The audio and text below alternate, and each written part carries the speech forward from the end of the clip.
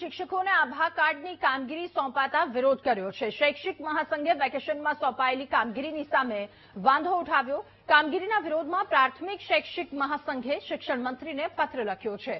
આભા કાર્ડની કામગીરી અન્ય વિભાગને સોંપવાની શૈક્ષણિક મહાસંઘની માંગ છે। તો શિક્ષકોની વર્ષ 2022ની મળવાપાત્ર વળતર રજાઓ હજુ ન મળી હોવાનો આરોપ પણ લગાવ્યો છે। બીએલઓની કામગીરીમાં મળવાપાત્ર વળતર રજાની એન્ટ્રી કરવાની શૈક્ષિક મહાસંઘની માંગ છે। વેકેશન સહિત અન્ય હકપાત્ર રજા શિક્ષકોને ન મળ્યા હોવાનો દાવો પણ તેમણે કર્યો છે।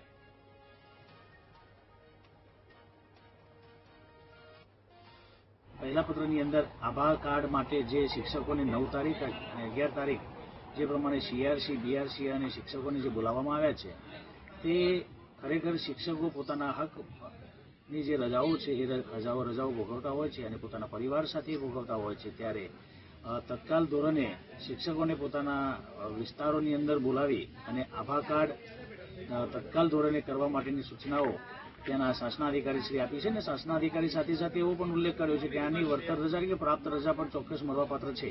પરંતુ શૈક્ષિક મહાસંઘનું એવું પણ કહેવું છે કે 2022થી જે શિક્ષકોએ બીએલઓની કામગીરી કરેલી બીએલઓની કામગીરીની અત્યાર સુધીની વળતર રજાઓ શિક્ષકને સર્વિસ બુકની અંદર એન્ટ્રી પાડી નથી। તો કેવી રીતે કહી શકાય કે એમની પ્રાપ્ત રજાઓ એમને શિક્ષકોને આપવામાં આવશે?